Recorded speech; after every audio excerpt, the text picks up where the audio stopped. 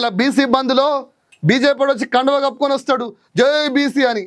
ఎట్లా అంటున్నావు? నీ బీసీ ప్రధాని బీసీ బిల్లు పెడితే అడ్డువాడు ఎవడు? వద్దన్నోడెవడు? నీ ప్రధాని ఎందుకు బిల్లు పెడతలేడు అంటే నోరుతోటి నవ్వి నొసలతోటి ఎక్కిరిస్తారా? బీజేపీలను అడుగుతున్నా. బీసీ బంద్లో పాల్గొనే బీజేపీలను అడుగురి, నీ ప్రధాని ఎందుకు పెడతలేరు? ఆ పెట్టని ఆ బీజేపీ పార్టీ కండువేందుకు కప్పుతున్నావు? కాంగ్రెస్ లీడర్లను అడుగురి. ఇన్నేళ్ళు ఈ దేశంలో 70 ఏళ్ళు కాంగ్రెసే పాలించింది కదా, మరి బీసీ బిల్లు ఎందుకు పెట్టలేదురా అని చెప్పేసి కాంగ్రెస్ వాళ్ళని అడుగురి. ఇటు కాంగ్రెస్ వాళ్ళు ఇటు బీజేపీ వాళ్ళు కలిసి డ్రామా ఆడుతూ ద్రోహం చేస్తుంది ఎవరికి? బీసీలకి. మిత్రులారా, మళ్ళీ చెప్తున్నా, ఇలా బీసీ బంద్ చేయడం వల్ల వాళ్ళకేం ఒరగది, బీసీలు నష్టపోతారు. కానీ ఈ బంద్ వల్ల బీసీలో ఐక్యత రావాలని కోరుకుంటున్నా.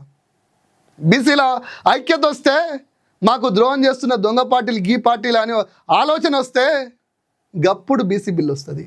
నేను ఇలా కాంగ్రెస్ 8 మంది ఎంపీలను, బీజేపీ 8 మంది ఎంపీలను అడుగుతున్నా, మీరు రాజీనామా చేసి నరేంద్ర మోదీకి మా బీసీలకు అన్యాయం జరుగుతుంటే మా బీసీలు మమ్మల్ని అడుగుతున్నారు, మేము రాజీనామా చేస్తున్నాం, బీసీ బిల్లు పెడతావా, మా రాజీనామాలను ఆమోదిస్తావా అని నువ్వు బిల్లు పెట్టు. బీసీ బిల్లు ఎందుకు రాదో చూద్దాం.